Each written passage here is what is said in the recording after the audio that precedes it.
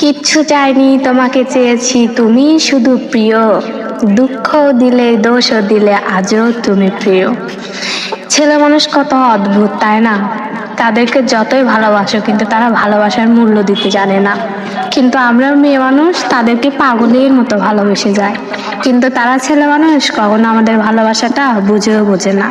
হয়তো বোঝে কিন্তু বুঝে বোঝার চেষ্টা করে না। তো ছেলে মানুষকে কি জন্য যে আল্লাহ সৃষ্টি করছে মেয়ে মানুষকে কষ্ট দেওয়ার জন্য? হয়তো ছেলে মানুষ শুধু ব্যথা দিতে পারে, সে ব্যথাটাকে শুকাতে পারে না।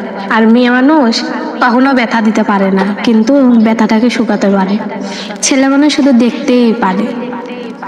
মেয়েদের শারীরিক নিতে পারে, সুখ নিতে পারে, সবকিছু নিতে পারে, কিন্তু মেয়েদেরকে ভালোবাসাটা দিতে পারে না। কি জন্য সেটা আমি জানি না, আল্লাহ জানে আর ছেলে মানুষই জানে। তো এত ভালোবাসার পরও সে যেহেতু মূল্য দিল না, তো তার উদ্দেশ্যে আর কোনো কিছু বলার নেই। কারণ সেই যদি না বোঝে তাকে একজন পাগলের মতো ভালোবাসে, তো আমার বুঝে কোনো লাভ আছে?